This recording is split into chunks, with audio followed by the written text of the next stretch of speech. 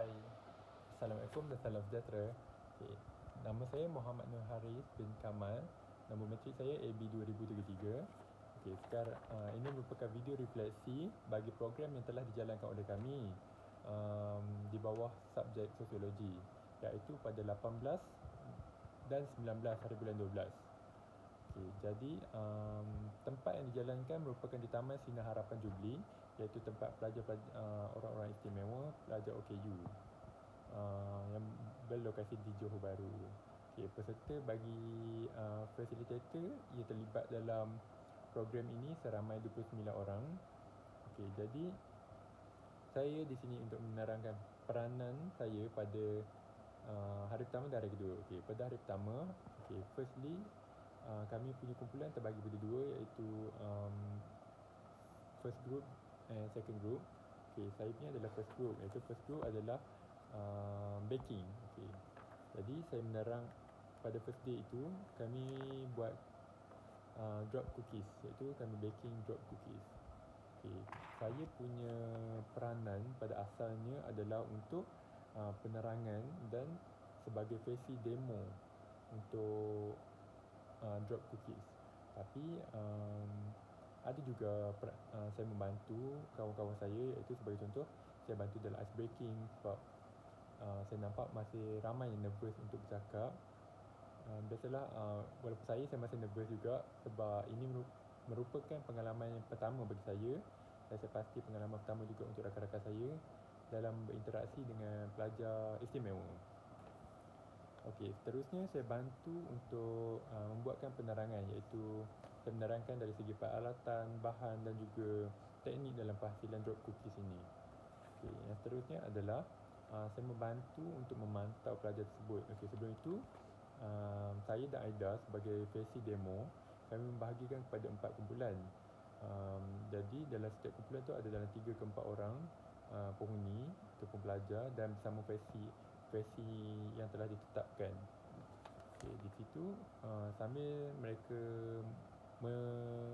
menghasilkan cookies tersebut, saya dan Aida memantau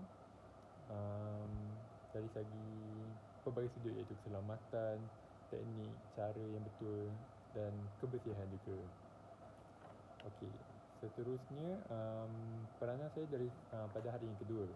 Okay, untuk hari kedua saya punya grup melakukan kelas serving.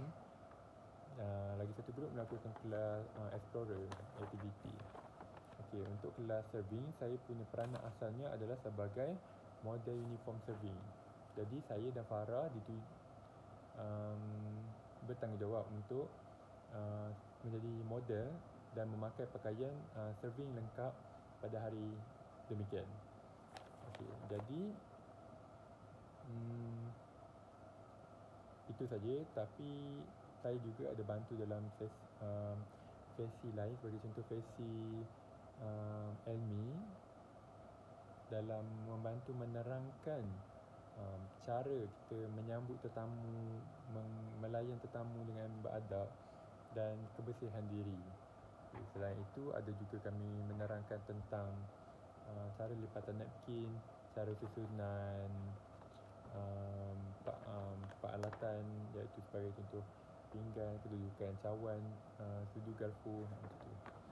Dan seterusnya, sebagai contoh ada selepas tetamu habis makan, kami tunjukkan cara untuk menunjukkan jalan dan pembersihan peralatan. Okey, itu dia untuk hari pertama dan hari kedua. Okey, next saya nak cakap tentang pengalaman berkaitan sosiologi pendidikan. Okey, untuk sebenarnya saya simpulkan, iaitu dari segi pendidikan lah, tahap yang berbeza. Sebab saya ada sedikit saya berbicara dengan guru di sana tentang tahap-tahap OKU yang ada. Mereka rupanya berbeza. Ada yang normal, okey, cuma dimasukkan di situ disebabkan ada masalah pembelajaran, which is mereka sedikit lembam lah. Jadi ada yang normal. Okay, next saya nak cakap tentang tiga adalah impak. Okay, jadi adalah impak dari kesedaran yang baru.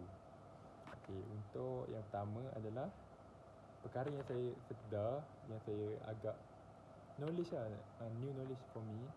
Mereka masih mempunyai nafsu, iaitu keinginan untuk berpasangan. Okay, ini disebabkan pada Taman Seni Harapan Jubilee ini merupakan hanya penghuni wanita saja, penghuni perempuan sahaja, tiada penghuni lelaki. Jadi ketika ketibaan saya di sana, guru-guru di sana ada memberi pesanan kepada saya dan nasihat, iaitu saya tidak digalakkan untuk terlalu rapat, terlalu rapat, terlalu close dengan pelajar-pelajar di sana, kerana takut mereka mempunyai terlaku dari segi perkataan cikgu tu macam gedik lah gitu. Tapi itu perkara baru yang saya tahu. Saya ingatkan pelajar OKU ni macam, yelah, itu mereka macam budak-budak, tak tahu apa-apa. Tapi rupanya mereka ni actually dah dewasa, dah balik, cuma ada masalah-masalah yang tertentu. Baik itu yang saya sebutkan tadi adalah lambat belajar dan sebagainya. Jadi mereka pun manusia biasa, mereka masih mempunyai nafsu dan keinginan untuk berpasangan. Okay, so untuk next adalah nilai yang saya dapat. Actually banyak nilai sebenarnya yang saya dapat. Sebagai contoh, yang first adalah nilai kasih sayang lah, yang paling besar saya nampak, iaitu nilai kasih sayang ni adalah antara penghuni tersebut. Saya memang sangat tersentuh lah, sikit touching. Sebabkan ada penghuni yang tidak mampu berjalan, OKU dari segi luaran sebagai contoh, yang tiada kaki, tak mampu berjalan sebagainya, dan duduk di atas kerusi roda. Tetapi penghuni-penghuni lain yang mampu berjalan dan masih sihat tubuh badan sanggup menolak kawan-kawan mereka ke sana ke sini dan tak tinggalkan. Itu salah satu nilai kasih sayang yang saya dapat lah. Saya tengok antara mereka. Dan bukan itu saja, dari segi interaksi antara guru mereka pun dan penghuni-penghuni tersebut pun sangat akrab. Saya suka saya tengok tu. Okay. Jadi untuk nilai yang seterusnya, okay, banyak pula nilainya. Okay, adalah kesabaran. Okay, sebagai contoh saya nak puji saya punya lecturer sendiri lah, Dr. Mariana. Sebab pada first class tu, iaitu baking cookies, ada seorang peserta tu, seorang penghuni tu, pelajar, dia dah swing mode panggil. Mula-mulanya happy masa baking class tu, tetapi pada penghujung tu dia start moody, dia macam dia kata dia nak balik dan seterusnya. Tetapi saya tak berani nak pujuk, sebab saya takut apa yang cikgu mereka pesan itu supaya tidak terlampau close. Tapi saya tengok Dr. Mariana memang terbaik lah, mampu memujuk pelajar tersebut supaya tak balik, tak keluar daripada kelas tu pun. Pujuk-pujuk, pada asalnya saya tengok sedih, tapi last-last dia gembira, siap menyanyi lagi dengan Dr. Mariana. Itu saya terkejut. So itu memang hebat betul.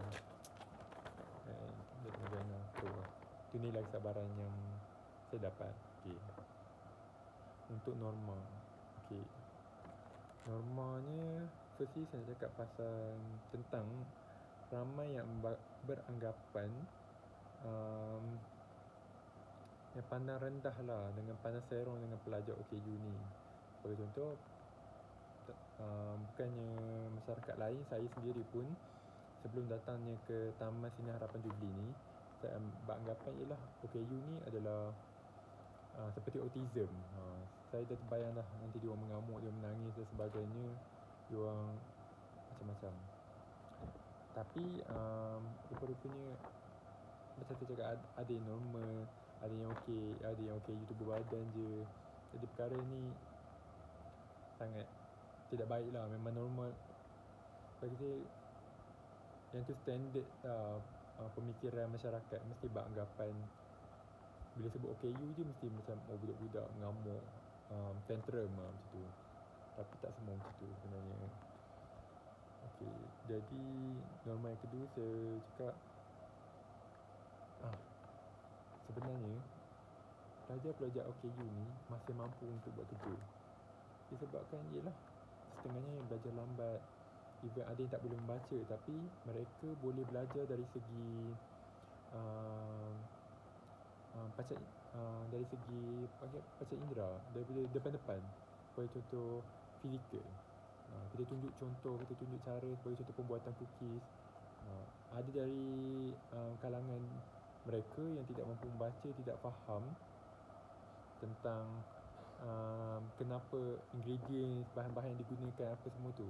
Tapi bila kami terangkan, kami tunjuk berhadapan secara secara nyata, jadi mereka faham dan mereka boleh catch up benda tu. Sebagai contoh, satu lagi lipatan napkin. Rupanya dia orang tak adalah lembam sangat. Saya terkejut juga sebab masih laju dia orang catch. Kalau saya pun, saya mungkin tak dapat catch secepat itu. Kan risau. Okay, you lagi hebat. Okay, next adalah, okay, saya cakap pasal harapan. Harapan saya, iaitu supaya masyarakat tidak lagi pandang rendah kepada pelajar OKU. Dan ini yang terbesar, iaitu beri peluang kepada golongan istimewa dan yang memerlukan. Okay, bukan saja harapan ni bukan saja kepada pelajar OKU, iaitu sebagai contoh harapan kepada golongan istimewa, sebagai contoh warga emas yang memerlukan, iaitu ramai sekarang macam peluang pekerjaan bagi mereka untuk hidup di luar sana, di alam normal ini, pada zaman ini adalah sangat sukar. Sebab penerimaan untuk bekerja tu, untuk hidup, untuk menyara hidup mereka. Tetapi sebagai contoh, saya puji salah satu fast food lah kan, iaitu McDonald. Saya tahu ni disebabkan pengalaman daripada pernah bekerja dan sebagainya. Rupa-rupanya McDonald merupakan satu syarikat yang mengambil golongan-golongan istimewa ini, golongan-golongan OKU untuk bekerja. Jadi itu maksud saya. Harapan saya supaya lebih banyak syarikat, lebih banyak peluang pekerjaan yang dibuka untuk golongan-golongan istimewa ini, supaya mereka pun mampu untuk berdikari dan tidak memerlukan sebarang macam mana, bantuan atau layanan yang tidak diperlukan. Saya nak supaya mereka ni dilayan seperti manusia biasa, dilayan seperti orang normal, tidak dipandang serong, tidak dipandang hina, tidak dipandang rendah oleh masyarakat lain. Okay, next adalah harapan saya adalah untuk meluaskan lagi awareness akan golongan istimewa. Ya, betul. Sebab masih ramai orang, yelah, bagi saya cakap, tak open minded, standard pemikiran iaitu tentang golongan OKU ni tak mampu buat kerja, tantrum, itu basic. Jadi saya nak, patutnya daripada sekolah, sebab ada sekolah pendidikan khas, jadi kemungkinan pelajar-pelajar di sana lebih sedar lah. Tetapi ada sekolah yang bukan, yang tiada pendidikan khas, jadi tidak tahu akan bukan kewujudan, tidak tahu akan perkara-perkara sedemikian. Sebagai contoh, yang tak tahu buat kerja, yang perlu bergantung dengan family, tidak. Actually, pelajar golongan-golongan istimewa ini pun mampu untuk berdikari. Jadi perlu meluaskan awareness lagi. Okay. Next adalah, Okay, saya rasa itu je daripada saya. Saya tulis supaya tidak lupa. Okay, jadi itu je dari saya.